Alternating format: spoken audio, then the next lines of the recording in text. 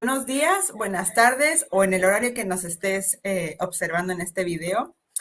Bienvenidos una vez más a este canal. Mi nombre es Norma Lilia y pues el día de hoy tengo nuevamente conmigo al profesor César Espinel. ¿Cómo se encuentra?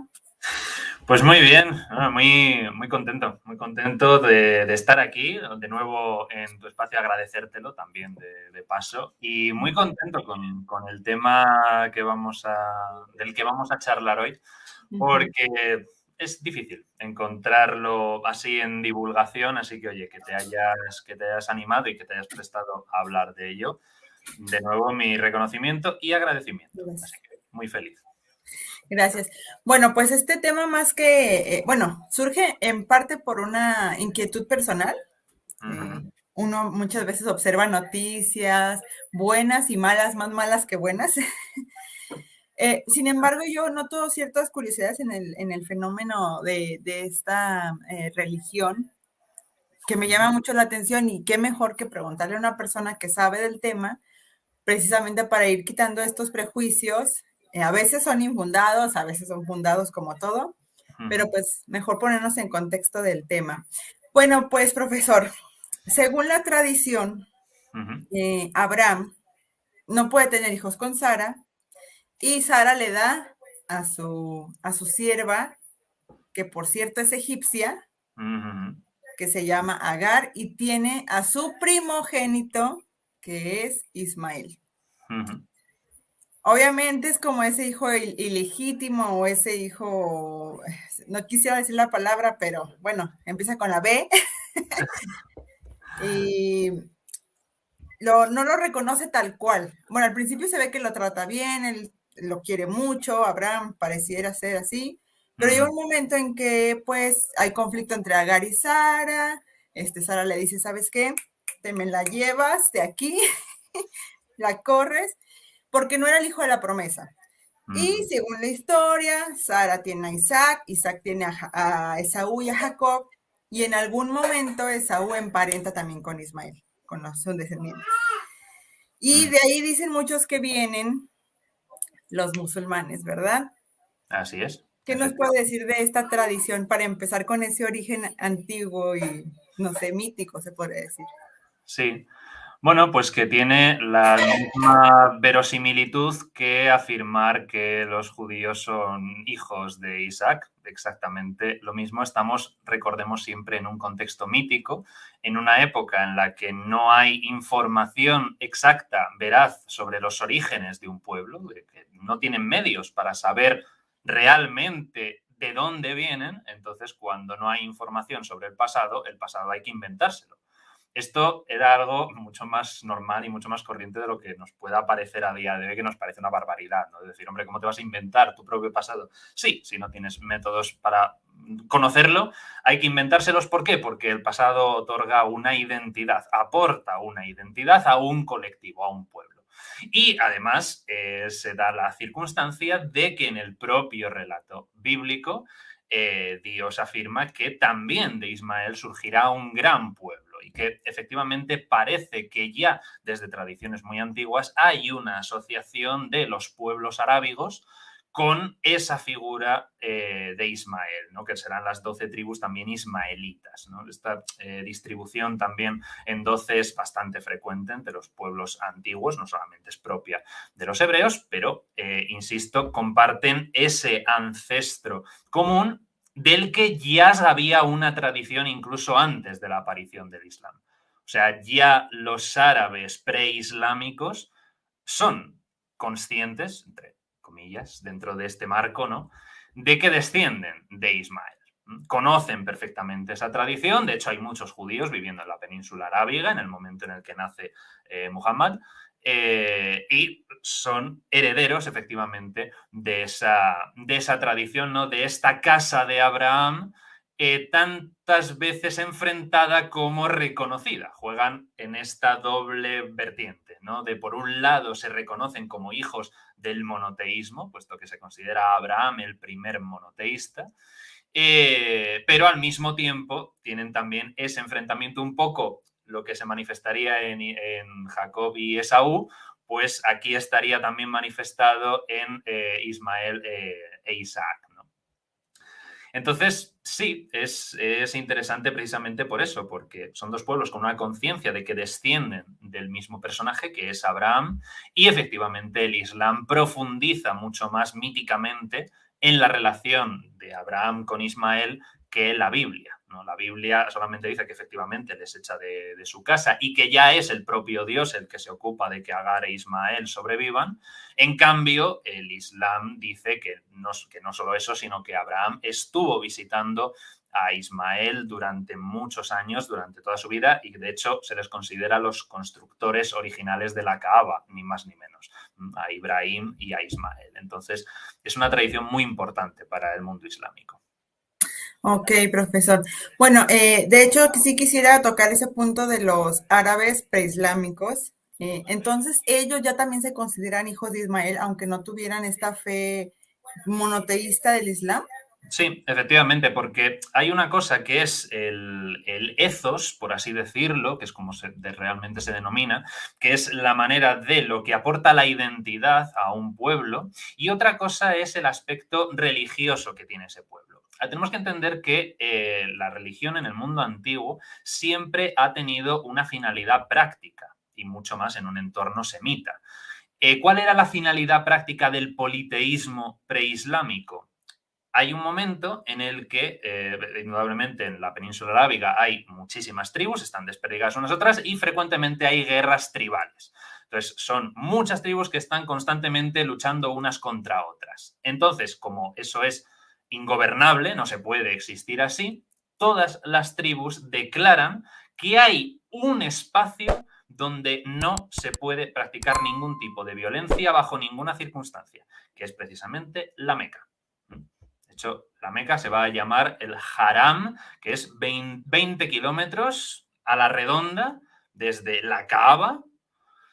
En ese espacio no se puede practicar la violencia y todos los pueblos y todas las tribus arábigas que llegan allí, porque allí también se peregrinaba antes de Muhammad, se peregrinaba a la Kaaba, donde estaban los dioses, las divinidades tutelares de todas las tribus. Los famosos dioses preislámicos. Se dice que había 365, vaya usted a saber, pero también entre ellos estaba Allah, estaba el equivalente al dios El o Eloah. O sea, tampoco es algo que introduzca nuevo Muhammad. El culto a Allah ya existía, lo único que hace Muhammad es hacerlo excluyente. Es decir, solamente Allah es digno de adoración. Todos los demás dioses son eliminados, pero en la Arabia preislámica no. El sistema politeísta permite que todos los pueblos, que todas las tribus árabes se sientan representadas e identificadas en el centro comercial de la península arábiga, que es la Meca. Y entonces, la tribu en la que nace Muhammad, los Quraysh, son los que se encargan de regular ese espacio, ¿no? Son algo así como los guardianes de la Meca, ¿no? Son los que se encargan de que esas normas de no violencia se respeten en ese espacio. Entonces, va un poco por eso. O sea, aunque se saben descendientes de Ismael, no tienen ningún problema en practicar el politeísmo, exactamente igual que los judíos a lo largo de toda su historia. Se han sabido hijos de Isaac, pero no han tenido problemas en, cuando era necesario, recurrir al politeísmo, para desgracia y para horror de los profetas, pero era así. Entonces, no es contradictorio. Ok, profesor. Entonces, la Meca ya era un lugar sagrado antes del Islam. Sí. Eso es un punto, ¿no? Para considerar. Sí, efectivamente. La Meca, de hecho, no se sabe cuándo aparece como lugar de culto, de adoración, pero la tradición islámica dice que, claro, que es cierto, que el templo que era politeísta, que era el lugar del encuentro de las tribus nómadas allí, pero la tradición islámica cuenta que en la Meca, en la Kaaba, en realidad en la historia ha habido dos Kaabas. Que la primera fue construida ya por Adán. O sea, según la propia tradición, fue Adán el que construye esa Kaaba que Dios eleva a los cielos para evitar que fuese destruida por el diluvio universal. Y la segunda Kaaba sería esta, que habría sido edificada presuntamente por Ibrahim e Ismael. pero esa es la idea. Es un lugar de culto bastante antiguo. Muy antiguo, ok. Y como le comentaba en la tradición, en algún momento Esaú, que es el otro hijo de Isaac, se une a Ismael. ¿Eso en su tradición también lo tienen escrito, de que Esaú se unió con ellos? O sea, Sí, todo, en pero eso está igual. sí, claro, efectivamente. O sea, no es algo, o por lo menos hasta donde yo sé, no es algo que tenga especial relevancia. O sea, la figura de Esaú en el Islam tampoco es considerada. O sea, tienen, por ejemplo, es mucho más importante para ellos los profetas que aparecen mencionados en el Corán, muchos de ellos que no están en la Biblia. Todos los de la Biblia están en el Corán, pero el Corán introduce sus propios profetas y a ellos, de ellos sí, de ellos hablan, les mencionan, tienen incluso historias propias, pero Esaú no es un personaje especialmente relevante para el Islam. Pregunto porque me llamaba mucho la atención que en la Biblia menciona esta unión y se señala mucho Edom. Y este es Edom. Y acuérdate que este es Edom. Yo dije, bueno, algo tendrá que ver ahí los edomitas o no, no sé qué. Claro, sí, o sea, efectivamente lo que pretende el autor bíblico es que no se pierdan los lazos de la familia de Abraham. Porque, claro, siempre existe el conflicto. En unas tribus que están luchando por la supervivencia, el conflicto es constante. Entonces, todos lo sabemos, Israel y Judá con sus vecinos estaban en constante guerra y también entre ellos mismos y todo. Pero claramente hay autores que, defendiendo esa ascendencia común, pretenden aportar un terreno comunitario de respeto mutuo, ¿no? De ese ideal, en realidad, bastante deuteronomista a la alteridad, al extranjero, al otro, ¿no? Es decir, bueno, es extranjero, pero no es tan extranjero, porque venimos de un tronco común. Entonces, es un intento, a mi parecer, es un intento del autor de que no se pierda ese sentimiento de compartir una ascendencia. Es decir, porque sí, vale, estamos peleando y todo lo que tú quieras y pertenecemos a pueblos distintos, pero recordemos que somos todos hijos de Abraham. Que, por cierto, vendría muy bien que hoy judíos y musulmanes lo recordasen más a menudo. Porque en realidad estamos en las mismas que se estaba hace 1000 años, ¿no? Entonces, Es una guerra antiquísima de... claro, son dos posturas, o sea, es la idea de yo amé a Jacob y aborrecí a Esaú, y la otra de, vale, pero Esaú también se une en el linaje con Ismael y por lo tanto es esa pretensión de abrirse a los otros pueblos. Entonces, es el mensaje contradictorio que aparece tantas veces en la Biblia, ¿no? Dependiendo de quién lo escriba, es el mensaje de Israel excluyente o Israel inclusivo con los gentiles, con los que no son judíos, ¿no? Entonces, ahí está también la gracia de intentar abrazar a ese otro pueblo. ¿Y cómo? Pues a base de mitos que relatan enlaces matrimoniales, que a lo mejor los hubo también, sí, o sea, ¿por qué no? Los edomitas se unieran con tribus arábigas, podría ser perfectamente. Pero está esa intención detrás, ¿no? La idea de nunca nos olvidemos de dónde venimos, cuál es el linaje, ¿no? De todos estos pueblos que nos enfrentamos tanto y que a lo mejor convendría recordar de dónde venimos y que en realidad somos hermanos.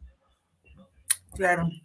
No, y en la Biblia también es bien, bueno, a mí me gusta mucho esa parte de que Ismael no es maldecido por Dios, o sea, se ve que le da una bendición y que va a ser súper próspero y que va, o sea, realmente hasta ahí la historia está Sí, bien, sí. así lo despidió Abraham y todo, pero... Claro, o sea, de hecho, es que el autor bíblico se podría haber callado ahí perfectamente. En el momento en el que les echa de la tienda, podría no haber dicho nada y en cambio nos regala un relato bellísimo de Agar e Ismael intentando sobrevivir en el desierto, el ángel de Dios que les indica la fuente de agua y que de hecho a día de hoy, que esto también hay muchos musulmanes que no lo recuerdan, pero a día de hoy, dentro de la tradición islámica, se reconoce que la fundadora de la Meca fue Agar, precisamente porque es ella la que descubre ese pozo que da agua a su hijo Ismael, y ese pozo a día de hoy es el que visitan millones de musulmanes de todo el mundo cuando viajan en peregrinación a la Meca. Ese mismo pozo es el pozo de Agar y se considera que la ciudad de la Meca se construye alrededor de ese pozo. Por lo tanto, ella es la fundante de la ciudad. Una mujer. Una mujer. Es que ahí está el tema. Es que hay en el Islam la historia de las mujeres y además incluso ya desde sus orígenes es fundamental. Pero esto Ujú. ya sabemos cómo va. O sea, se acaba silenciando, se acaba apartando, pero Agar por un lado, Jadilla por el otro, o sea, son, vamos, fundamentales, fundamentales. Incluso también en la Biblia vemos muchas mujeres súper relevantes y de alguna forma se va silenciando su voz, ¿no? Sí, Bueno, se profesor. olvida, por lo que sea, no se Ujú. transmiten sus historias, no se profundiza en su simbolismo, en su figura, tienen que venir teólogas ahora a rescatar todos estos relatos, a esclarecerlos, a aportarlos y a iluminarlos. Qué triste gracia, pero estamos en esas. Tenemos que deshacer tantísimos siglos de teología machista. Claro. Bueno, estamos en ello, estamos en ello. Ok. Bueno, profesor, pues entonces entremos ya de lleno, y pues obviamente lo principal es quién es este fundador o creador del Islam, que es Muhammad. ¿Quién Ujú. fue Muhammad? ¿Y realmente existió o no? Bueno, pues lo primero es que no es ni creador ni fundador. De hecho, Muhammad insiste constantemente en que él no está inventando nada nuevo, en que él no aporta nada nuevo. O sea, Muhammad lo que pretende, tal y como vende lo que en su momento se llegará a llamar Islam, porque la palabra Islam ya existía también antes de Muhammad, lógicamente, lo que él dice es que está intentando regresar a la fe de Abraham. Y claro, en el Corán se dice, se ve en esos debates que probablemente tenía con la comunidad judía, se dice que si acaso se puede considerar a Abraham y a los patriarcas judíos. No, no se puede considerar a estos personajes judíos porque no había ninguna ley. Entonces, Muhammad considera que solamente a partir de Moisés ya se podría hablar de judaísmo, pero los patriarcas son anteriores y por lo tanto el Corán les llama Hanif, ¿no? Un Hanif es una persona que, por así decirlo, está en la predisposición adecuada en la relación que mantiene con la divinidad. Es la manera, es la disposición natural, en realidad, del ser humano ante lo divino. Claro, ¿qué podemos decir que es el Islam? ¿No? El Islam, que es muy fácil reconocerlo, ¿no? Es una palabra que pertenece a una raíz de la que sale también la palabra salam, ¿no? Del famoso saludo que escuchamos todos si viajamos a algún país donde se hable árabe, ¿no? El salam aleikum. Bueno, pues ese salam es lo mismo que el shalom hebreo. Como sabemos, es mucho más que paz, que se ha traducido como paz, pero paz se queda corto porque Shalom, Shalom tiene que ver más con la armonía, tanto externa como interna. Quiero decir, la palabra Islam es difícil de traducir, pero podemos entenderlo como sumisión, como entrega a la voluntad divina, ¿no? Una entrega que es plena y es libre, es una confianza para entregarse a lo real, ¿no? Andrés Guijarro lo explicaba diciendo que era una suerte de pacificación del ser, ¿no? Es un entregarse a las condiciones eternas de la vida, aceptar la creación de Dios tal como nos es dada, aceptar, entregarse, fluir con la existencia.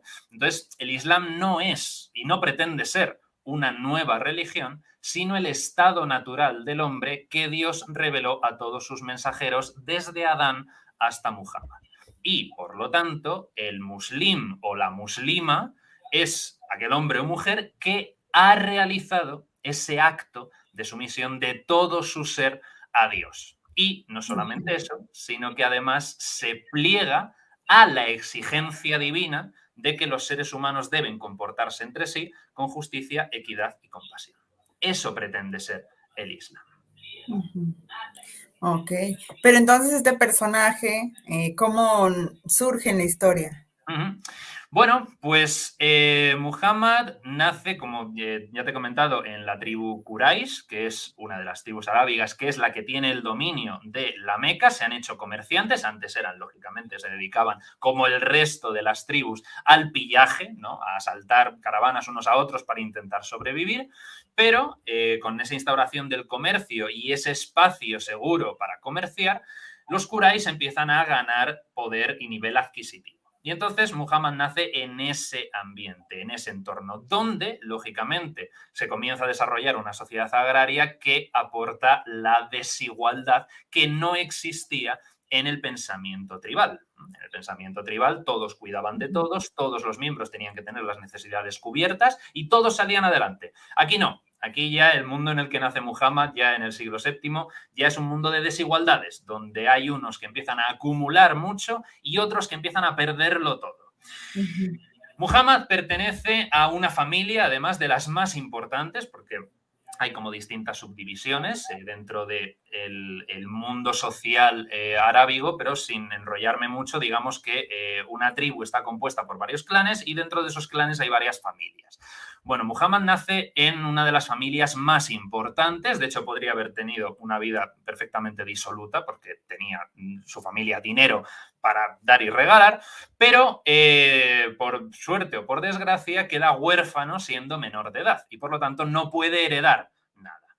Así que Muhammad se encuentra huérfano y pobre, por suerte es acogido por primero su abuelo paterno que le cuida y después por su tío, que será el padre de Ali, que es una figura muy importante también. Ali, que será primo de Muhammad y con el tiempo será su yerno también. Entonces, Muhammad, claro, como no tiene medios y tiene que contribuir a la familia, a la tribu y al clan, pues se tiene que dedicar al comercio, que es lo que saben hacer. Y entonces Muhammad, con 25 años, ya está trabajando en las caravanas de comerciantes que recorrían toda la península arábiga y que comerciaban especialmente con el imperio bizantino al norte y con el imperio persa al este. Claro, ¿para quién está trabajando Muhammad? ¿A quién pertenecen esas caravanas? A una mujer, a Jadilla, ¿no? Es una señora de 40 años que es propietaria de muchísimas caravanas. Y entonces Jadilla se enamora de Muhammad, que recordemos que tiene 25 años. Entonces, Jadilla y Muhammad se acaban casando, tendrán hijos, de los cuales solamente sobrevivirán dos niñas, la última, la famosa Fátima, que es esa Fátima que será la que se case con Ali. Y en el año 610, momento fundamental, con 40 años, Muhammad recibe la primera revelación en una cueva del monte Hira, que es una montaña que está a unos 3 kilómetros de la Meca. Y cuando recibe esa primera revelación, Muhammad sale corriendo de allí, completamente aterrado, está aterrorizado, espantado, porque piensa que se ha vuelto loco. Muhammad y Jadilla solían ir a esa montaña a reflexionar, a meditar, a encontrarse con Dios, ¿no? A ver cómo podían ayudar a sus semejantes a través de su negocio. Y en esa ocasión, que Jadilla no había podido acompañarle, Muhammad tiene esa revelación y espantado sale corriendo de allí. Y recorre esos 3 kilómetros hasta su casa, completamente espantado, pensando o que se ha vuelto loco o que el Saitán le está tentando. Tal es su temor y tal es su miedo que las primeras biografías hablan de que se plantea el suicidio, plantea quitarse la vida. Y es Jadilla la que le tranquiliza, la que le calma y la que le invita a volver al monte y a escuchar lo que ella cree que es la voz de Dios. Es decir, Jadilla creyó antes que el propio Muhammad. El Islam como revelación se asienta originalmente en una mujer. Y efectivamente Muhammad le hizo caso, volvió y estuvo recibiendo revelaciones durante el resto de su vida. Y esas revelaciones son las que se van recopilando poco a poco a lo largo del tiempo, que luego todo eso ya es la historia del Islam temprano, se van recopilando poco a poco en lo que hoy es el Corán. Pero es este señor, un comerciante que con 40 años de repente tiene esa experiencia que le aterra hasta el punto de contemplar el suicidio y que por influjo de su mujer decide hacerle caso y a día de hoy es la segunda religión más extendida en el mundo. Muy bien. Mire, profesor, entre las historias que estuve leyendo en internet, había una que decía que el Islam fue creado por la Iglesia de Roma. Decían que el Vaticano creó el Islam como un acto antisemita para enfrentar a los hermanos, por decirlo así. Hay muchas personas que lo creen, o sea, dan así sus argumentos y dicen, no, es que sí es cierto, lo creó el Vaticano. Y yo quería planteárselo, porque sí, yo sé que suena medio loco, No, pero sí, sí yo hay también. gente que lo cree. Ya, sí, yo también lo he leído. Pero es que me sigue sorprendiendo cada vez que lo escucho. O sea, no le veo. O sea, quiero decir, una institución que se ha dedicado durante muchísimos siglos de su propia historia a perseguir y a masacrar a los judíos, ¿por qué necesitaría inventar una religión para enfrentarles con otras personas? O sea, ¿qué amenaza suponía el judaísmo para la Iglesia Católica que necesitaran crear un enemigo externo para hacer exactamente el qué? O sea, claro, podría entenderlo si la Iglesia Católica estuviese en igualdad de condiciones con las sinagogas del mundo, pero nunca en la historia eso ha sido así. O sea, los judíos siempre han estado bajo la mano de la Iglesia. Entonces, no lo entiendo. O sea, no le veo, aunque fuera verdad, que sabemos que no. Pero aunque fuera verdad, o sea, no le vería el sentido. O sea, ¿qué plan tan malo? ¿No? O sea, cuando tú tienes todo el poder, tal cual, porque estás asociado con todos los poderes temporales, o sea, literalmente eres la heredera del Imperio Romano, ¿qué sentido tiene alguien a quien tienes sometido y que está danzando según tus leyes y a quien persigues sin ningún tipo de problema porque nadie te va a decir que no? ¿Por qué crear un enemigo externo? No le veo la lógica en absoluto. O sea, me parecería un plan absurdo. O sea, una manera de gastar el tiempo, el dinero, el todo, además de contradecir, lógicamente, todo lo que sabemos de la historia de los orígenes islámicos. Claro. Sí, también yo, de hecho, mira, para ser sincera, yo lo llegué a creer, porque sí, como digo, dan su historia y todo, dices, oye, sí es cierto, lo inventaron para enfrentar más los hermanos, ¿no? Pero no, ya después investigando un poco más, como dice usted, no tiene sentido esa acción. Pero entonces, bueno, vamos un poquito al lado histórico. ¿Si hay alguna forma de certificar la existencia de este Muhammad o no? Sí, bueno, hay varios, bueno, Muhammad tiene varios biógrafos y hay fuentes también cristianas, lo que pasa es que no, claro, no cristiano, católico. O sea, tenemos que entender que el cristianismo que conoce Muhammad es el cristianismo que se desarrolla en el Oriente Próximo y ese está muy influido por el nestorianismo. Entonces, claro, de hecho hice hace un tiempo un vídeo en mi canal donde hablaba sobre ese cristianismo que influyó en el Islam.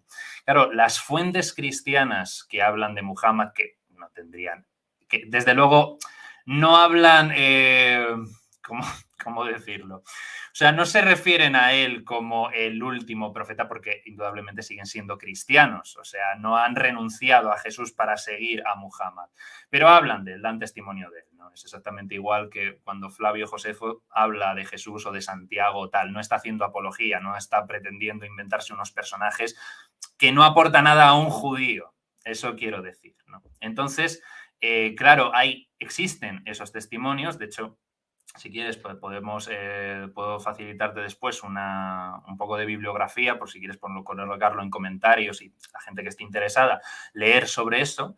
Pero es esto, o sea, hay fuentes que no son proselitistas, porque de hecho el Islam no hace proselitismo, y que dan testimonio sin ningún problema de ello, ¿no? Entonces, ¿qué ocurre? Que Muhammad lo único que pretendía era forjar vínculos de paz entre las distintas tribus, o sea, que se terminara esa guerra fratricida constante y de hecho lo consiguió. Entonces, él y los siguientes, los llamados cuatro bien guiados, los cuatro califas bien guiados, ¿no? Los Rashidun, son los que consiguen unificar a todas las tribus de Arabia bajo el Islam. pero ni Muhammad ni ellos tenían una pretensión, digamos, universalista.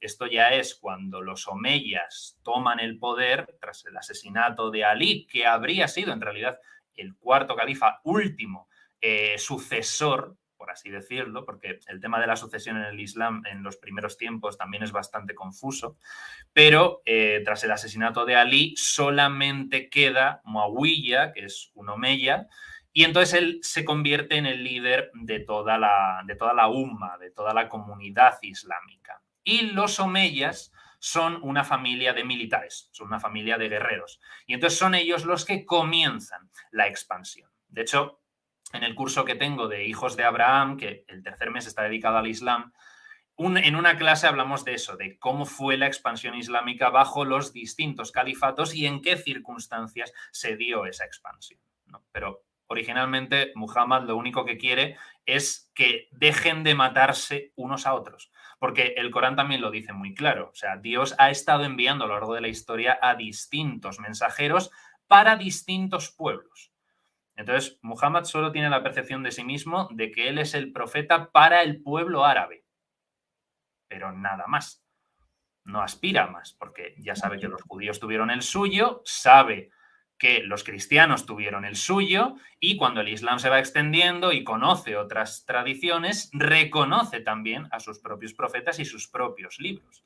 Reconoce a Zaratustra y el Avesta, reconoce a Siddhartha Gautama y el Canon Pali, reconoce a los autores anónimos de los Vedas, es decir, tiene ese reconocimiento de las otras tradiciones espirituales, ¿no?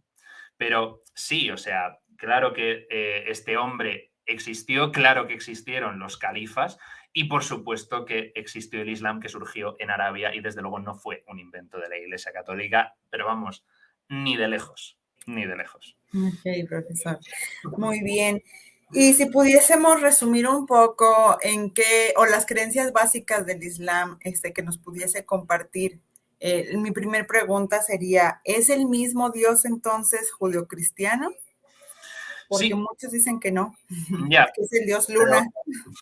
sí, muchos dicen que no, pero solamente porque se les llama con distintos nombres. Entonces existe esa confusión de que como se les llama con distintos nombres, deben ser dioses distintos. Ni mucho menos. O sea, Allah es simplemente el nombre en árabe, o sea, mejor dicho, la palabra en árabe para Dios.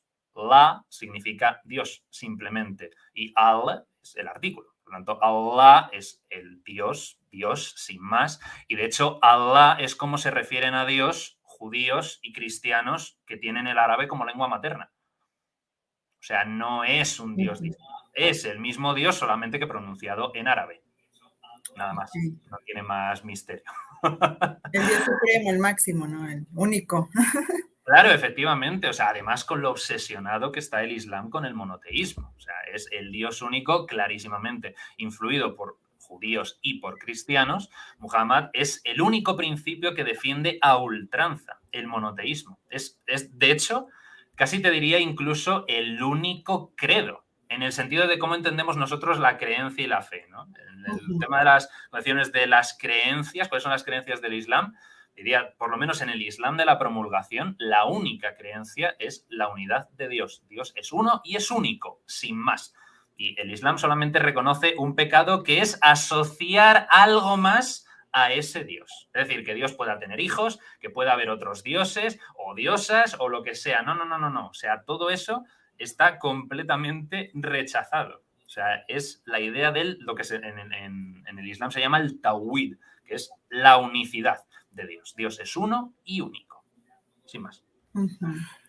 Sí, lo que pasa es que como precisamente está ese antecedente politeísta, como en otros pueblos, y tienen algunos símbolos que aún ellos adoran, como en este caso la Meca, la piedra Cava, todo eso, muchas personas dicen, no, es que es un monoteísmo disfrazado, porque todavía está esta idolatría a la piedra, y, por ejemplo, su bandera con la luna creciente es el dios luna. Bueno, allí se hace toda una maraña de explicaciones.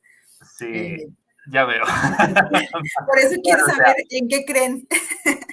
Claro, o sea, claro, no tiene nada que ver. Lo de la piedra negra de la cava puedo llegar a entenderlo porque, de hecho, efectivamente puede existir el riesgo de acabar convirtiendo eso en un ídolo, que es al final el gran peligro que tienen todas las tradiciones que cuentan con algún tipo de sustento material, que corren el riesgo de totalizar, de absolutizar ese elemento material que tendría que servir como vínculo para llegar a lo divino, ¿no? A una especie de trampolín o de puente. Entonces, efectivamente, si solo se queda en esa adoración, pues efectivamente se acaba cayendo en la idolatría. Pero cualquier buen musulmán o buena musulmana sabe mantener los límites y sabe mantener los márgenes. Como digo, el de idolatría es el único pecado reconocido en el Islam de la promulgación, exactamente igual que en Grecia solamente se consideraba como tal la hibris, ¿no? Lo que se podría traducir como soberbia. Entonces, se ha traducido muy a menudo como idolatría o politeísmo, lo que en árabe es shirk, que significa literalmente asociar. Entonces, en el Islam, lo que nosotros llamamos o idólatras o politeístas son en realidad los asociadores, que son personas que atribuyen un socio divino que es igualitario a Allah. Que eso, por lo tanto, va en contra del tawhid, de la unicidad de Dios, que es el concepto central del Islam. Y entonces Muhammad siempre buscaba en todos los tratos y pactos que hacía con las distintas tribus y las distintas familias llegar a un consenso con las otras partes de tal manera que ambas salieran ganando, pero en el tema del monoteísmo fue implacable y nunca dio su brazo a torcer. Entonces, ¿por qué era tan importante para él el monoteísmo? Pues la clave está en lo que se considera el primer pilar del Islam, que es el shahada, el testimonio, ¿no? El hecho de que el primer precepto y, de hecho, la condición para convertirse al Islam sea testificar que no hay más Dios que Dios y que Muhammad es su mensajero, esto que en árabe es la ilaha illallah Muhammadur Rasulullah, esto es una manera de proclamar el absoluto de Dios como alternativa a ser dominado por esa absolutización de los propios deseos, de las propias avideces. Entonces, por eso Muhammad estaba tan obsesionado con denunciar la idolatría, porque los dioses preislámicos para él son la proyección y la sacralización de los propios deseos. Y por eso dice el Corán que los que asociaban a Allah a algún otro de estos dioses estaban siguiendo en realidad el capricho de sus propias almas y rechazando la dirección que Dios les había indicado.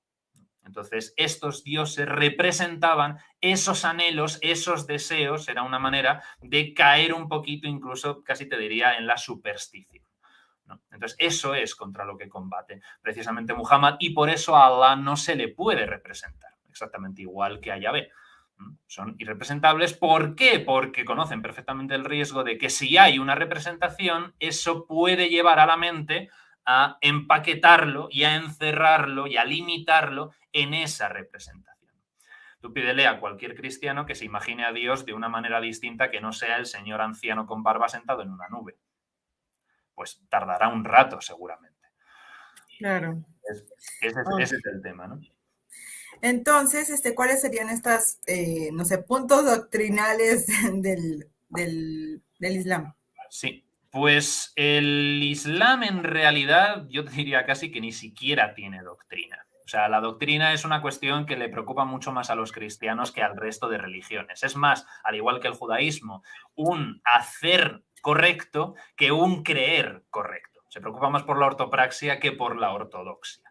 Entonces, las claves del Islam serían los 5 pilares, sin ninguna duda. Que sería el testimonio de fe, el que lo absoluto es Dios y Muhammad es su mensajero y su profeta, que no es lo mismo, porque muchas veces se traduce el Shahada como Muhammad de Rasulullah, que es el profeta de Dios, y en realidad no, Rasul no es lo mismo que Nabi. Rasul es mensajero, Nabi es profeta. ¿Cuál es la diferencia? Que todos los enviados, todos los mensajeros han sido profetas, pero no todos los profetas han sido mensajeros. ¿Por qué? Porque los mensajeros son los que aportan una escritura sagrada a un pueblo. Por eso el Islam solo reconoce como mensajeros a Moisés, que trajo la Torá, a David, que trajo los Salmos, a Jesús, que trajo el Evangelio, y a Muhammad, que trajo el Corán. Eso dentro de esa tradición que conoció el propio Muhammad. Insisto, cuando el Islam se expandió a otras zonas y llegó a Persia y llegó a la India, reconoció también como mensajeros a Zaratustra, a Buda, etcétera, etcétera, ¿no? Pero ese testimonio de Muhammad es mensajero de Dios y por lo tanto lo que cuente Muhammad y lo que dice Muhammad, que es la transmisión divina en el Corán, es el testimonio de fe, ¿no? De creer en Dios único y uno, creer en la palabra de Muhammad transmitida y por lo tanto creer en el Corán, luego realizar las 5 oraciones diarias que prescribe el Islam, ¿no? Además en esa postración, ¿no? Que es fundamental también y que también es muy importante porque muchas veces también se piensa que las mezquitas son los templos islámicos y en realidad no, o sea, solamente la Kaaba es el templo, la Kaaba es el único templo que existe en el Islam. Las mezquitas son solamente lugares de postración. Eso es lo que significa el nombre árabe para mezquita, masjid, ¿no? Es el lugar donde postrarse ante Dios. Y esa postración lo dispone Muhammad precisamente para rebajar el ego, para rebajar la soberbia de estos curáis comerciantes que se habían engrandecido tanto por las ganancias recibidas que se habían vuelto orgullosos. Y entonces una manera de bajarles los humos era, vale, pues ahora no solamente cuando te vayas a presentar ante Dios, no solamente vas a agachar la cabeza para poder entrar en la masjid, sino que además te vas a tener que postrar en el suelo. Porque postrándote reconoces la absoluta presencia del absoluto. Entonces, eso es las 5 oraciones diarias, el salat. Luego estaría el zakat también, que se maltraduce como la limosna. No es una limosna, o sea, es la conciencia que debe tener el musulmán y la musulmana de que todo lo que él o ella tiene, una parte, por derecho, le corresponde a la comunidad. Por lo tanto, deben dar el 10%, el diezmo, precisamente, deben dar el 10% para ayudar a quienes no tienen nada. Entonces, no es limosna. Es que ese 10% no pertenece a quienes pueden llegar a creer que son sus dueños. ¿No? Dice, Dios te ha bendecido con X cosas. Bueno, pues de esas X cosas, una parte pertenece a la comunidad, a la UMA. De hecho, ese sería realmente el principio fundamental del Islam, la justicia social, ¿no? O sea, la justicia social es el primer deber que constituye la comunidad, la UMA, ¿no? Dios claramente en el Corán se expresa que la UMA debe estar regida por la compasión práctica. Es decir, tiene que haber una distribución justa de la riqueza. Y por eso, para el Islam, eso es muchísimo más importante que cualquier enseñanza doctrinal sobre Dios.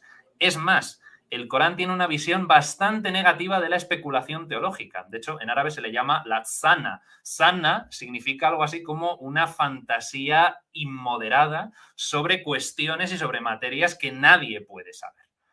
Entonces, a Muhammad y a sus seguidores, a esos musulmanes, les parecía inútil ponerse a discutir sobre dogmas, sobre todo porque también hay que tener en cuenta que conocían perfectamente la que se estaba liando en el norte, en el Imperio Bizantino, precisamente de las luchas entre cristianos por cuestiones dogmáticas. Se estaban matando literalmente unos a otros por cosas que no podían saber. Entonces, eso les parecía tan absurdo que es claramente antidogmático. Entonces, el Islam que ponga el foco en la dogmática sobre Dios en lugar de en la yihad, en el esfuerzo de trabajar por la justicia social, es un Islam que no se ha comprendido a sí mismo, que no ha comprendido las raíces que lo animaron y que le hicieron nacer, ¿no? Y está cayendo en la tzana. Entonces, no, el bienestar político y social de la comunidad tiene o debería tener para los musulmanes el mismo valor que los cristianos le dan a un sacramento. Para hacer la equivalencia. Solamente para que tengamos claro, porque, claro, es que hay que recordarlo. Muhammad fue huérfano y viudo, porque Jadilla muere antes que él. Entonces, huérfanos y viudos son, en las sociedades de Oriente Próximo, antiguo y en toda la antigüedad, son los más desfavorecidos socialmente. Entonces, Muhammad experimenta en sus propias carnes lo que significa ser un huérfano y ser viudo. Y entonces, por eso la gran obsesión del Islam de la promulgación es la justicia social, que a las personas que no tienen nada no les falte de nada. Esa es la umma, esa es la comunidad que debe apoyarles. Entonces, ahí radica la esencia del zakat. No es limosna. Es que una parte de lo que tú tienes le pertenece a los que no tienen. Sí, es como el concepto de que tienen en el judaísmo de tzedaká. He visto que eso es como la justicia social. Lo que pasa es que a veces ya tenemos las cargas semánticas de la palabra, ¿no? Y limosna se nos hace como que lo que me sobra y te doy mis moneditas. Efectivamente. Pero no Y es no, así. o sea, claro, no tiene nada que ver. No es un ejercicio de caridad, o sea, es un ejercicio de responsabilidad, de reconocer que lo que tú tienes es porque se han dado las circunstancias favorables para que tú lo tengas y que por lo tanto te corresponde devolver parte de eso que no es tuyo, sino que pertenece a los demás. Entonces, claro, se parte desde una concepción completamente distinta. Claro. Sí, y luego pues ya quedarían el ayuno en Ramadán, que también va precisamente por esa misma línea, ¿no? La idea de ponerse en el lugar de aquellos que no tienen nada, punto número uno, porque claro, no es solamente no comer y no beber, sino que también se tiene que hacer el ejercicio de la moderación interior. Entonces es, por una parte, padecer o compadecer a los que sufren la ausencia de comida y de bebida continuamente, ponerse en su lugar y al mismo tiempo también doblegar los propios apetitos humanos. Porque tampoco se puede fumar, tampoco se pueden mantener relaciones sexuales, también se debe actuar, decir, pensar de una manera correcta, de una manera moderada, de una manera amable, no dejarnos llevar por lo primero que nos venga a la cabeza, sino contenernos. Eso es el Ramadán. No es solamente hacer un ayuno de comer y beber, es hacer ayuno de todas las malas acciones, de todos los impulsos, de todo lo que pueda perjudicar a nosotros mismos o a terceros, ¿no? Eso es el Ramadán. Y por último, la peregrinación a la Meca, donde todos los musulmanes y musulmanas del mundo se visten de blanco, por lo tanto, quedan eliminadas las diferencias sociales que cada uno tuviera en su país y es la concienciación de que son la umma y que todos ellos se reúnen en la Kaaba. Y de hecho hay a día de hoy muchos musulmanes y musulmanas, concretamente una mujer que es turca, Nur Sargut se llama, que escribió una cosita muy bonita sobre la peregrinación. Dice que claro, que en el momento en el que todos los miles y miles de musulmanes se postran ante la Kaaba, dice que si en ese momento Dios levantase la Kaaba, como hizo con la primera de Adán y se la llevara a los cielos, cada uno se encontraría postrado ante el corazón de su hermano. Ah, qué bonito. Ahí está la cosa. Y entonces dice, claro, la Kaaba está en tu corazón, pero hasta que no entiendas eso, ve en peregrinaje a la Kaaba. Okay. Esos son los 5 pilares. Entonces son estos 5 pilares más, como dice, más importantes que unos puntos doctrinales, como en el cristianismo. Sin duda. Que sí le dan una importancia. Ahorita que mencionó el Ramadán, profesor César, me acordé de que estuvo circulando una imagen de animales sacrificados. No sé si es cuando termine el Ramadán. O sea, desconozco en qué momento se hizo el sacrificio. Y pues obviamente había muchos comentarios negativos, ¿no? De que cómo es posible que tanto derramamiento de sangre, idolatría, los animalistas pues ahí súper enojados. ¿Sí se hacen sacrificios animales en sus ritos del Islam? Bueno, creo que te estás refiriendo a lo que se llama el Eid al-Adha, que es la fiesta del sacrificio o la celebración del sacrificio, que precisamente lo que se celebra es lo que hemos comentado antes, es la fiesta de Abraham, precisamente. Ibrahim, cuando está dispuesto a sacrificar a Ismael como prueba de lealtad a Dios, ¿no? Y que efectivamente es sustituido, y Abraham sacrifica en su lugar un carnero. Entonces lo que hacen es imitar ese acto, que en realidad es una acción que se ha realizado a lo largo de toda la historia de las religiones. El rito, cuando se toma parte de un rito, se está actualizando el mito. En ese momento, cada uno de los que participan en el rito son Abraham. ¿qué es lo que significa ese rito? El mito solamente tiene sentido si está en ese ambiente ritual. Entonces, ese acto de agradecimiento por haber salvado al primogénito, con lo que implica el primogénito y con lo que implica además Ismael como padre del pueblo, en imitación de ese acto, los musulmanes sacrifican a los animales, lo que se considera la fiesta mayor del Islam, por lo que supone esa acción y ese mito, ¿no? La idea del sacrificio de Ismael. De hecho, además no sé si gracioso es la palabra, pero dependiendo de si estamos en el judaísmo, en el cristianismo o en el islam, hay 3 maneras de referirse a ese mito. Porque los judíos hablan de la atadura de Isaac. No hablan del sacrificio de Isaac, sino que se refieren a ello como la atadura. ¿Por qué? Porque es un mito a través del cual los judíos, al recordarlo, se atan a Dios. En el cristianismo, sí, hay un intento de sacrificio que al final acaba en nada, y en el caso del Islam no es el sacrificio, no es la atadura, es la matanza de Ismael. Es la masacre de Ismael. Pero Ismael vive. Entonces, ¿cómo que la matanza o cómo que la masacre? Pues la mística judía lo explicó ya muy bien. Dice, es la masacre y es la matanza porque es lo que se llama la faná. La faná en árabe significa la extinción. Es la extinción del yo en Dios. Porque para el Islam, Dios es lo único que existe. No solamente es que sea uno y único, es que no hay otra cosa. Entonces, esa faná supone que el musulmán o la musulmana entiende que él o ella ya no es él o ella, sino que es en él o ella. Y que solamente es lo divino. Por lo tanto, a eso se refiere con la matanza o la masacre. Se pretende recordar precisamente esto. Primero, que todo cuanto existe es dado por Dios y por lo tanto ese animal también le pertenece.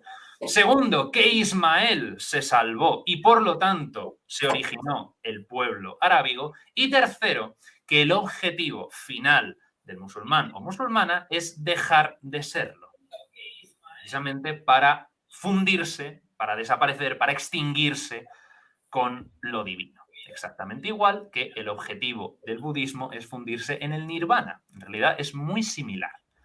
Es la idea del ego, la idea de un yo que se debe desvanecer en el principio supremo, porque solo existe el principio supremo. Entonces, cualquier idea de separación es falsa. Entonces, precisamente, también ahí se reconoce ese valor de Abraham Ibrahim. ¿Por qué tiene el coraje de sacrificar a su propio hijo? Porque entiende la no distinción, la no separación entre él, su hijo y lo divino. Si le hubiera querido conservar o proteger, habría mostrado que hay una alteridad de pensamiento, que hay una visión dual. En cambio, puesto que la vida y la muerte pertenecen a Dios y son Dios mismo, es una entrega absoluta a esa realidad, de que todo es divino. Esto para nosotros es muy difícil de entender, pero en el pensamiento semita es algo que es bastante asumible y aceptable. Entonces, hay que entenderlo también. Es un contexto muy distinto al que nosotros estamos acostumbrados, pero el objetivo último es ese. De hecho, profe, para interrumpirlo un poco, hace años leí un libro cristiano, pero tocaban ese punto del sacrificio de Isaac y te mostraban el punto de vista del padre, ¿no?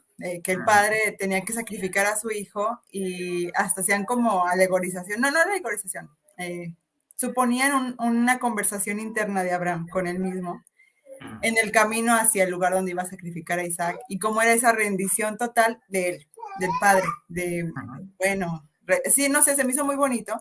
Y luego mostraban el punto de vista del hijo, de rendirse totalmente al sacrificio.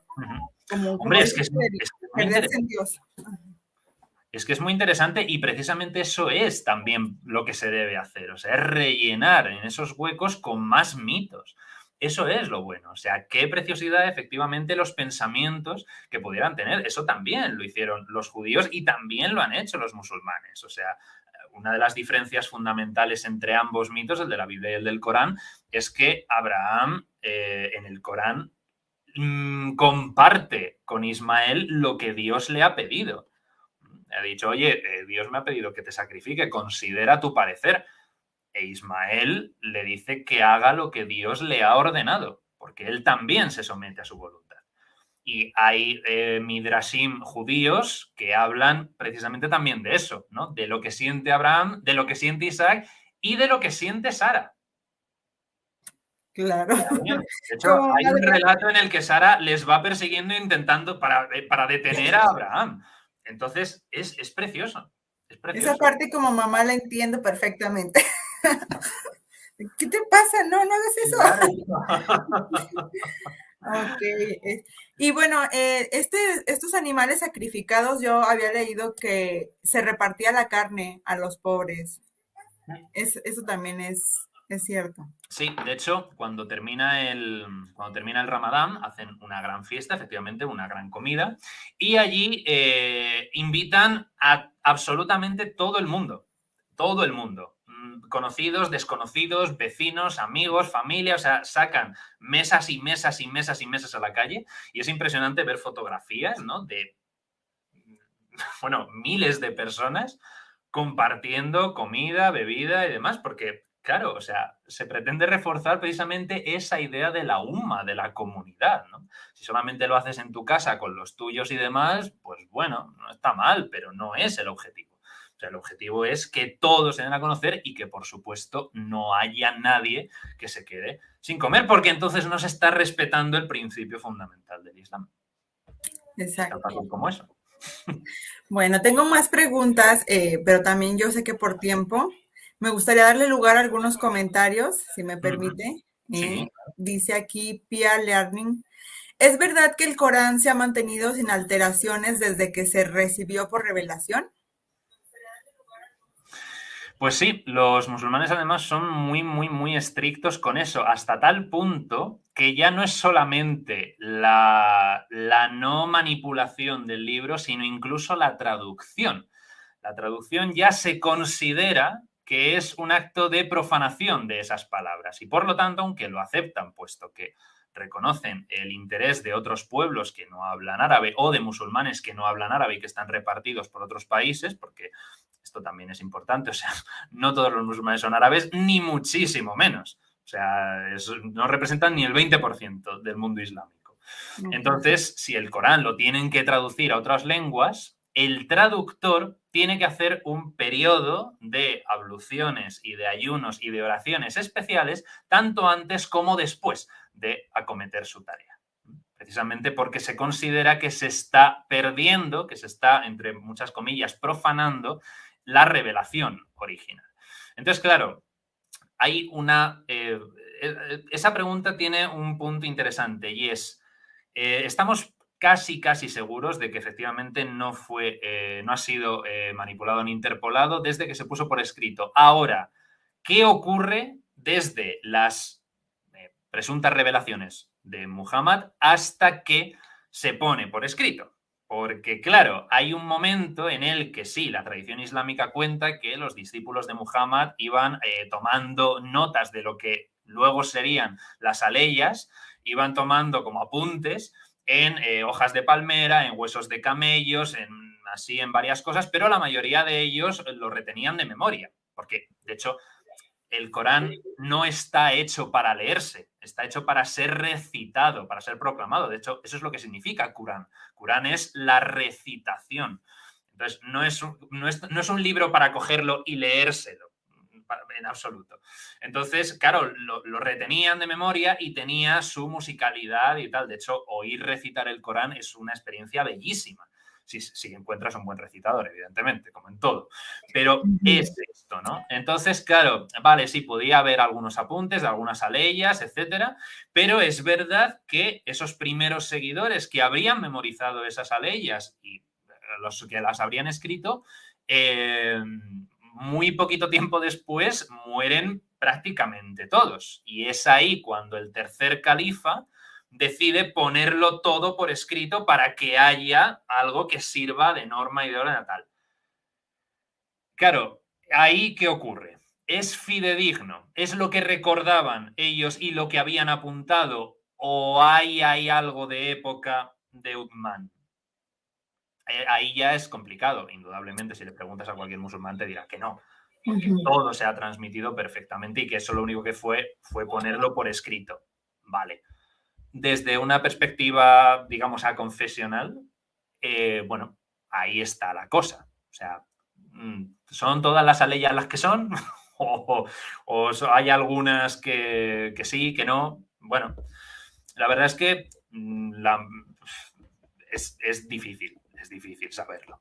Pero yo es verdad que quienes he leído, desde luego, y en todos los Coranes, además que no necesariamente no están editados por personas confesionales, indican claramente cuáles son las aleyas de Medina y cuáles son las aleyas de la Meca, y no ponen en duda nunca el hecho de que sea realmente auténtico y de que hubiera un material que luego se compiló y se ordenó en el Corán. Porque las suras, ya sabéis que están desordenadas en el Corán. De la que tiene más extensión a la más corta, exactamente igual que las epístolas en el Nuevo Testamento, que es absurdo. Pero sí, están ordenadas de esa manera. No es el orden en el que fueron reveladas. Y eso lo reconocen también todos los musulmanes. Ok. Dice Marco A. Negrón, exacto. Pensando yo como padre, amo a todos mis hijos por igual, con sus diferencias y sus idiosincrasias. Igualmente Abraham fue un padre también. Claro, claro que sí. Pues sí, así es. Y es muy... ¿Es bonito o es interesante imaginar a Abraham allí donde pudiera estar, viendo esa historia de sus hijos, ¿no? De cómo se enfrentaron, a pesar de que, y en el Génesis es un mito muy cortito y muy bonito, que Isaac e Ismael se reencuentran para enterrar a Abraham. Es algo absolutamente maravilloso. O sea, muy bonito ese relato. Es espectacular. Entonces, y a día de hoy, ha tenido que pasar mucho tiempo, pero a día de hoy también la Iglesia ha reconocido el valor del Islam. En una declaración del Concilio Vaticano II se dice que la Iglesia mira con aprecio a los musulmanes que adoran al único Dios, al viviente y al subsistente y al misericordioso y al todopoderoso, que es el Creador que habló a los hombres y que ellos, los musulmanes, procuran someterse con todo el alma, igual que Abraham se sometió a Dios. Entonces, los hijos de Ismael son también los hijos de Abraham y convendría que ni judíos, ni cristianos, ni musulmanes lo olvidaran. Claro. Dice Víctor, a veces por no conocer otras religiones tomamos unas ideas contrarias y nos etiquetamos con una fe errónea. Pues sí, es verdad. Sí, así es. Si es que al final todo es conocimiento, es aprender, primero interesarse, porque cuando hay algo que es desconocido, lo normal es rechazarlo de plano porque no lo conocemos. Y podemos hacer dos cosas. Podemos mantener ese rechazo, que es muy fácil que se acabe convirtiendo en odio, en desprecio y tal, o podemos decir, bueno, vale, esto no lo conozco, pero para formarme una opinión voy a intentar, en la medida de lo posible, aprender de ello. Y luego ya, una vez con una opinión formada, ya veré si me interesa o no me interesa, si lo rechazo o lo acepto. Entonces, lo primero es la educación y lo segundo, que la gente se conozca. O sea, porque es que es absolutamente sorprendente y es un enigma enorme porque cuanto más presentes están los musulmanes en nuestra vida por proximidad geográfica, física, más se desconoce su tradición espiritual en Occidente. O sea, se habla más de ella, pero cuanto más se habla de ella, más se deforma y al final se acaba convirtiendo en un monstruo irreconocible.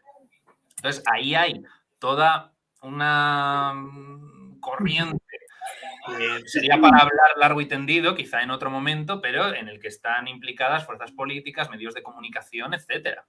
Y esto está reconocido por el propio terrorismo islamista. O sea, no es una cosa de decir, uy, una teoría de la conspiración. No, no. O sea, claro que hay un interés detrás porque, insisto, está reconocido por el propio autoproclamado Estado Islámico, en este caso. Claro. Aquí hay otra pregunta, dice, ¿qué representa el velo de las mujeres en el Islam? ¿Por qué las tapan? Dicen. Pues fíjate, el velo es una de esas cuestiones perversas que ha acaparado casi toda la atención y el discurso sobre el Islam como si fuera su esencia. A mí es verdad que me gusta recordar las palabras de dos musulmanas que creo que expresan todo lo que habría que decir sobre él. La primera es Wadi Anduni, que es una activista, que dice que nadie tiene por qué entender su velo. Que no tiene ni que gustarle, ni que convencerle, ni que parecerle bonito, ni empoderador, ni opresor, ni cómodo, ni nada, porque es suyo y por lo tanto ella es la que le da significado y los demás lo respetamos sin que tengamos que saber cuál es. Otra nos la da Amanda Figueras, que es una periodista española que se convirtió al Islam después de una investigación sobre él por motivos profesionales, después de los atentados con bombas en los trenes aquí en Madrid, el 11 de marzo de 2004. Ella estaba trabajando para su periódico y se quiso formar una opinión sobre el Islam y lo que aprendió de él pues llevó a su conversión. Y entonces dice que la primera lucha sobre el velo tiene que ser evitar que nadie obligue a las mujeres a hacer cualquier cosa en contra de su voluntad. Y dice, no solo entre los musulmanes, porque no puede ser que Mohamed obligue a Aisha a ponerse velo, pero tampoco que Manolo prohíba a María vestir con una minifalda. Se trata sencillamente de que nadie lo imponga y de que nadie lo prohíba. Y termina diciendo, dejadnos en paz. Claro, muy a menudo se utiliza para referirse al velo la palabra hijab, que es un término en realidad erróneo, porque la palabra hijab tiene una polisemia mucho más rica que velo, porque significa literalmente apartar de la vista o esconder. Así que se puede referir a una cortina, a una pantalla, a una pared, que de hecho ese es su uso en el Corán. El hijab es, en todo caso, en el mejor de los casos, el único velo islámico, ya que en la Arabia del siglo VII era la prenda que diferenciaba a las mujeres libres de las esclavas. Entonces, todos los demás velos no son islámicos, son prendas tradicionales que están adaptadas a un contexto religioso y por eso a una base social y cultural, pero no islámica. Es decir, el amira, el chador, el niqab, el burka, ¿no? Que es como el gran origen de la polémica, pero si, por ejemplo, el burka fuese un principio islámico, se llevaría en todos o en casi todos los países islámicos o todas las musulmanas, estuvieran donde estuviesen, lo llevarían. Pero no, el burka es una prenda preislámica propia de las mujeres pastunes de Afganistán. De hecho, los talibanes que hoy gobiernan en Afganistán son un pueblo pastún y su influencia se ha extendido a otros países islámicos, pero no es una prerrogativa del Islam. Tiene mucho más que ver con aspectos culturales geográficos o con la interpretación cultural, histórica o social de ciertos aspectos del Islam que con el Islam en sí mismo. Entonces, hice también un vídeo en mi canal sobre el origen del velo como polémica en Egipto, en una época moderna, completamente moderna, cuando el colonialismo británico lo convirtió realmente en un problema. El mismo colonialismo británico, que recordemos, estaba luchando en Inglaterra contra el derecho femenino al voto, contra las sufragistas que querían tener a sus mujeres en la cocina, pero cuando llegaron a Egipto dijeron que las mujeres egipcias no podían estar confinadas en su casa y que por supuesto no podían salir con el velo cubierto. Y a partir de ahí crearon un problema que no existía, en el que muchas mujeres efectivamente rechazaron ese velo y otras lo utilizaron y le dieron un significado de reivindicación de su Islam. Y a día de hoy esa es la pelea.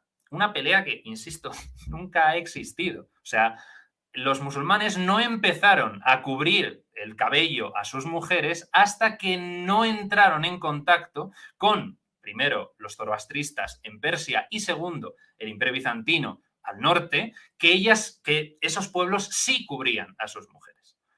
Entonces, es por influencia cultural, exactamente igual que los harenes, ¿no? Pensamos que el harén es como una especie de lupanar así lujoso que también es típico del Islam, ni muchísimo menos. O sea, ha habido harenes desde la antigua Grecia.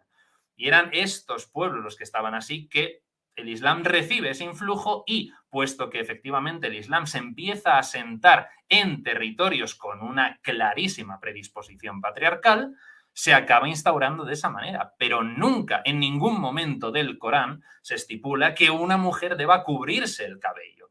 Lo que el Corán dice es respecto a los y las creyentes que vistan decentemente. Ambos. Pero no dice nada y de hecho, específicamente para las mujeres, dice que lo que deben cubrirse es el escote, pero del pelo no dicen nada. Absolutamente. E insisto, la palabra hijab nunca se utiliza como elemento de velo. O sea, el hijab era una cortina que había en la casa del profeta que separaba dos estancias. Y que era donde estaban las mujeres que, por cierto, eran acosadas por los hombres que iban a casa del profeta. Y entonces por eso el Corán dice que a los que vayan a casa del profeta que no molesten a las mujeres y que por eso se coloquen para hablar con ellas detrás de una cortina, detrás de un hijab. Las mujeres del profeta tenían exactamente la misma capacidad para responder a las preguntas sobre el Corán y sobre la revelación que el propio profeta.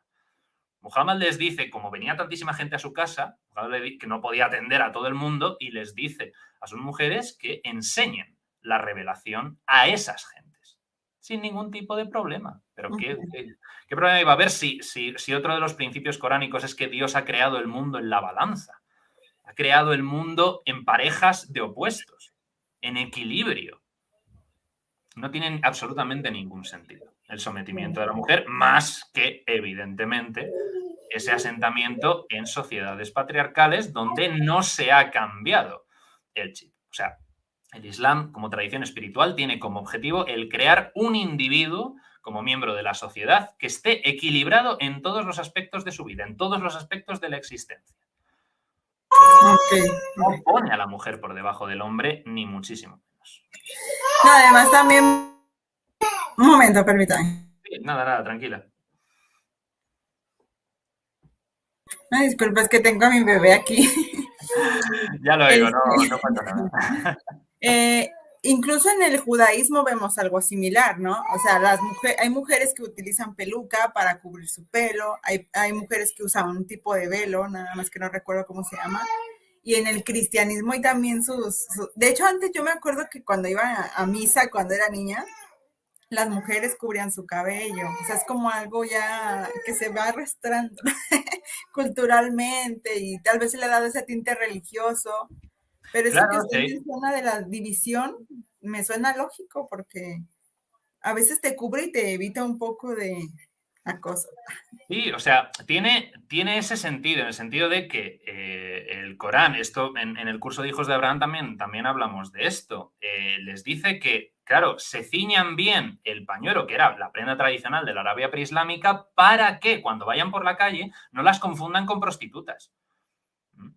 Claro, porque las prostitutas llevaban el cabello suelto al aire y el escote mostrándose, y entonces, claro, es para que no os molesten, haced esto. Pero no era, desde luego, una disposición universal, ni mucho menos aplicable durante siglos después. De hecho, es que, claro, hay incluso dos aleyas que son, además, vamos, categóricas.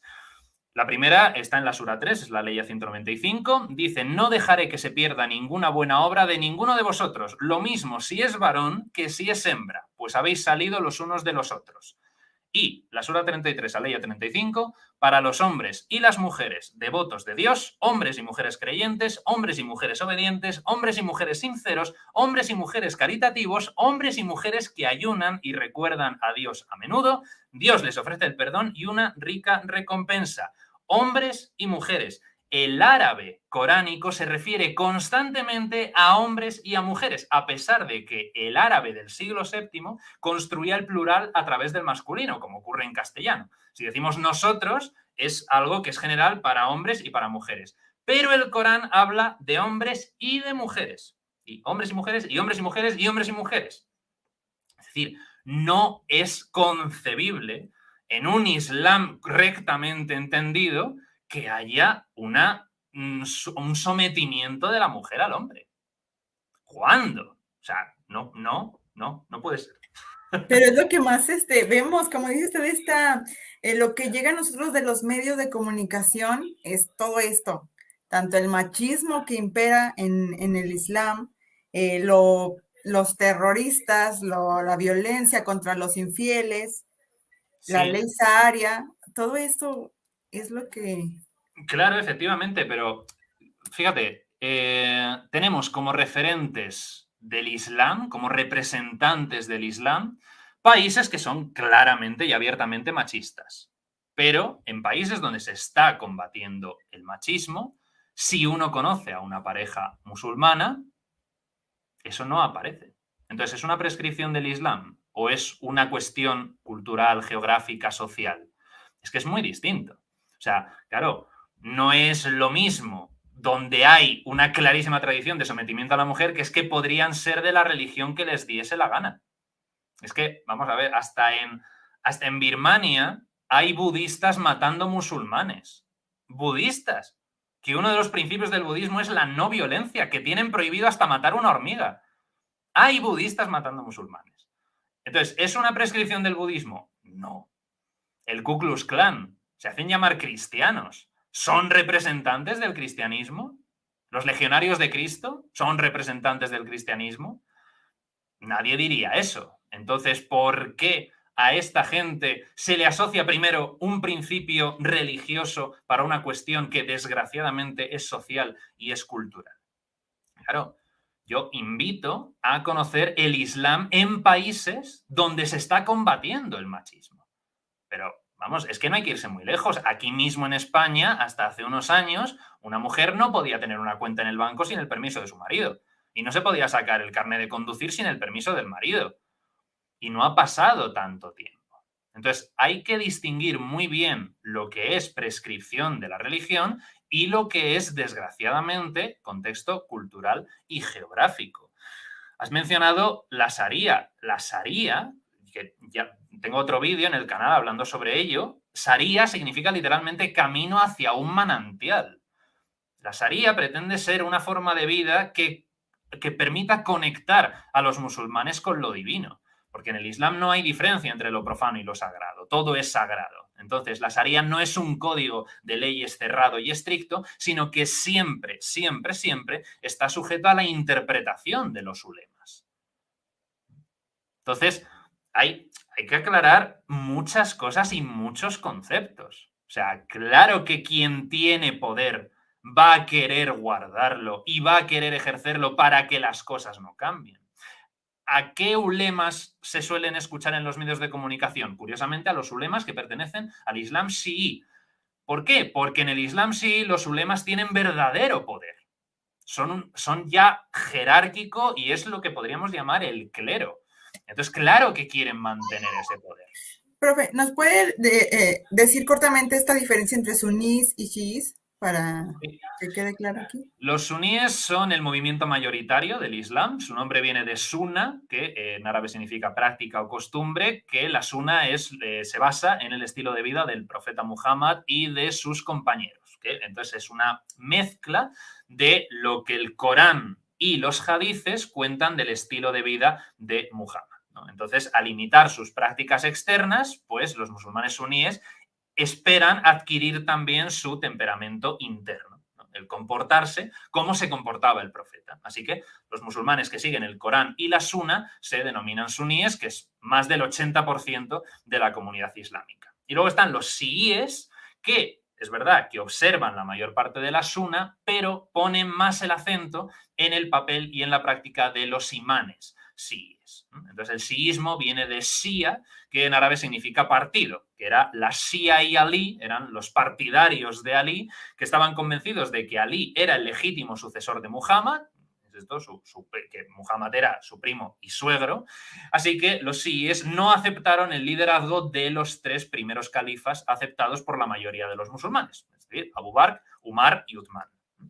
Entonces, estos son las 2 grandes ramas del Islam, cuyas diferencias en realidad vienen de una cuestión política, de quién tiene la capacidad de liderazgo de la umma, ¿no? Entonces, claro, son ellos, los chiíes, los que consideran que solamente puede ser un descendiente directo de Ali y de Fátima.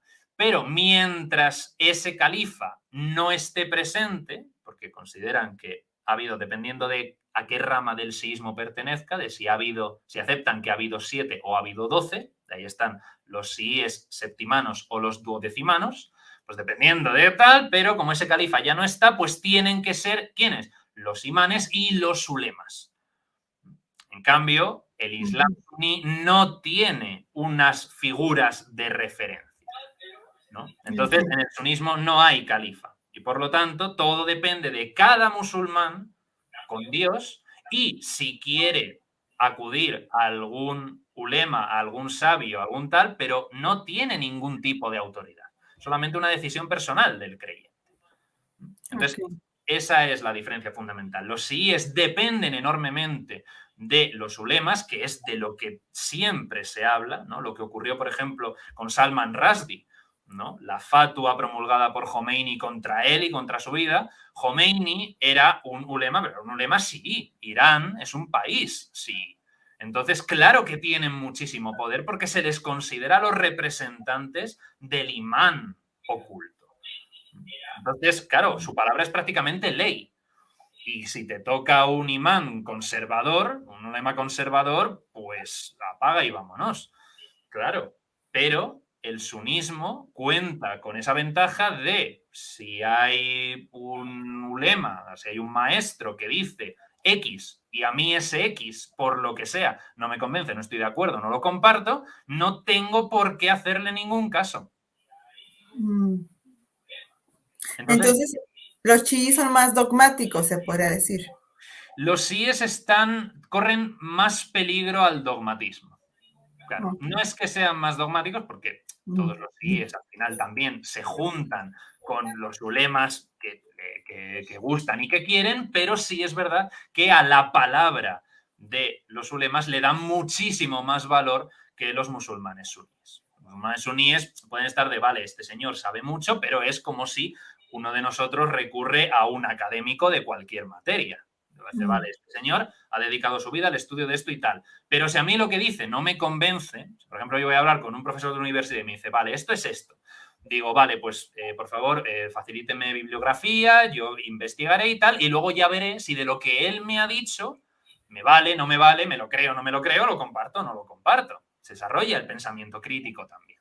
Entonces, eso en el Islam suní está ampliamente reconocido. En el sí es más extraño, sobre todo porque es mucho más cómodo responsabilizar a un tercero de lo que tú hagas y de cómo te comportes en lugar de responsabilizarte tú mismo.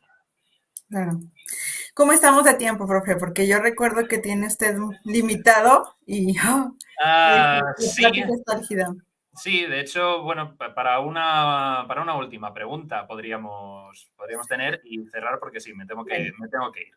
Ok, miren chicos, yo estoy segura que van a quedar muchas preguntas en el aire. Si quieren que haya una segunda parte de este tema del Islam, les voy a pedir que por favor nos llenen de likes este video y que nos pongan en los comentarios, quiero segunda parte y mi pregunta es tal. Y ya me pondré de acuerdo con el profesor César para volver a tocar este tema porque hay muchísimas. Yo tengo todavía muchas en la mente, hay muchas en los comentarios. Me imagino. Pero yo quiero hacer una que me mandaron y que también tengo yo personalmente. ¿Por qué, si no son proselitistas en el Islam, por qué hay tantos conversos al Islam? Se está convirtiendo muchas personas, muchos jóvenes, y uno pensaría que nadie quisiera acercarse porque es una religión cerrada, conservadora. ¿Por qué hay tantos conversos al Islam? Pues mira, yo creo que hay dos tipos de conversiones, unas buenas y sanas, que son efectivamente personas, y yo lo digo porque conozco dos casos concretos, personas que efectivamente se han acercado al Islam, han estudiado el Islam y les ha atraído profundamente, y entonces han decidido consagrar su vida en esa vía espiritual. Y hay otros que se habla de conversión al Islam, pero que en realidad su compromiso islámico es cuanto menos deficiente. Por ejemplo, los jóvenes que pretendían marcharse a Siria a compartir en las filas del Daesh, del autoproclamado Estado Islámico, e incluso los que cometieron los atentados del 11S. Su formación en el Islam es extremadamente deficiente. De hecho, a muchos de estos jóvenes que se les detuvo en las respectivas fronteras de sus países, cuando se les revisó el equipaje y se investigó sobre su vida y precisamente los motivos que le podían haber llevado a ello, no había un interés espiritual religioso detrás, ni siquiera algo que puedas decir, es extremismo, ni siquiera eso. Un porcentaje altísimo de ellos ni siquiera se había leído el Corán, sino que en el mejor de los casos lo que llevaba en la maleta eran los libros estos que seguro que conoces, que son de cualquier temática para dummies. Era Islam para dummies. Ese es el nivel de compromiso religioso. Los que cometieron los atentados del 11S, uno de ellos iba completamente alcoholizado. Se había hinchado a beber la noche anterior. O sea, para un musulmán comprometido, presentarse ante Dios con el aliento hediéndole a alcohol es como si un terrorista judío, que los ha habido, se hubiera metido una carrillada y un gorrino al horno antes de cometer el atentado y presentarse ante Dios. Ese es el mismo nivel.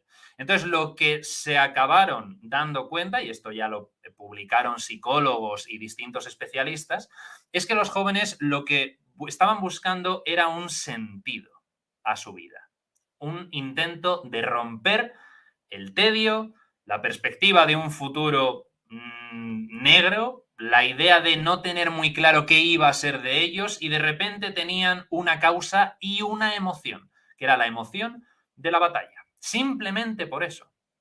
Dijeron que era solamente eso, que lo que buscaban eran emociones fuertes y que estaban dispuestos a meterse en donde fuera, que decían esto porque fue el conflicto de Siria, pero se podían haber ido a cualquier sitio con tal de experimentar eso. Es lo que querían. Eso no se puede considerar una conversión, ni muchísimo menos. Eso no tiene nada que ver con la conversión al Islam. Entonces, ahí hay un problema gravísimo que necesita de muchísima terapia y de mucha atención y que también nos exige a nosotros hacernos preguntas de cómo estamos construyendo nuestra sociedad para que a nuestros jóvenes les parezca que la mejor idea sobre su futuro es marcharse a la guerra de Siria, porque quieren emociones en su vida. Sí. Sí, leí un estudio sobre eso, en cuestiones bélicas en general, que muchos se enlistaban por darle sentido a su vida. Y fue muy fuerte para mí leerlo. Así como que... Efectivamente, pues es que esto es exactamente lo mismo. Lo que ocurre es que esto está revestido de un falso Islam y de una falsa yihad.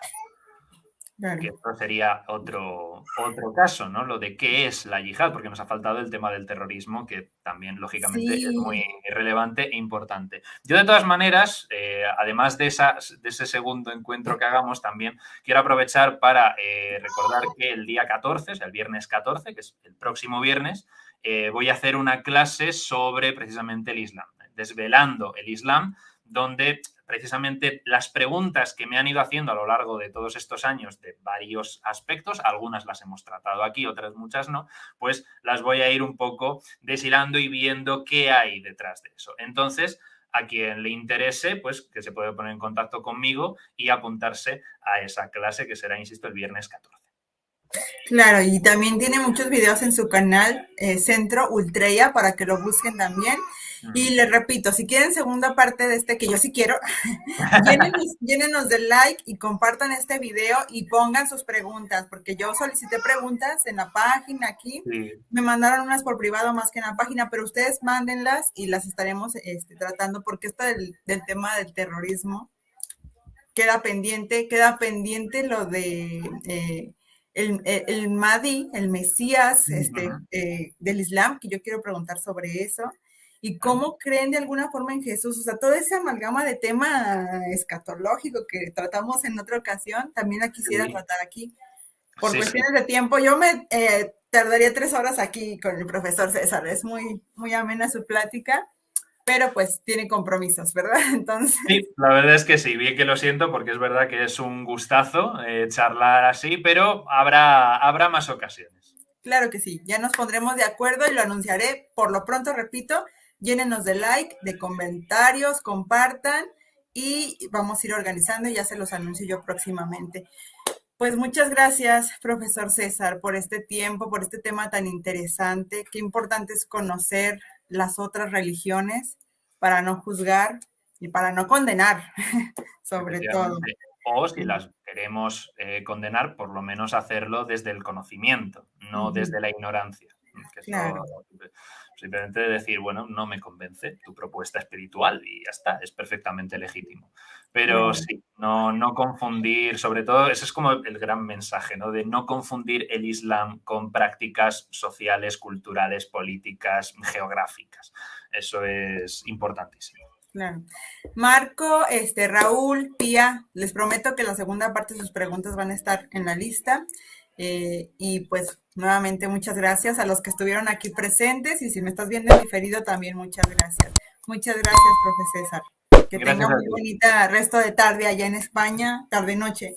Y pues Eso es. aquí en México seguimos en el día todavía. Bueno, pues nada, que pases muy buen día, Norma, gracias a ti y también gracias a todos los que nos habéis acompañado esta tarde. Claro. Bueno, pues nos vemos pronto todos. Shalom, que estén muy bien. Hasta luego. Hasta luego. נראה קנים כי נאמנים דחי שלום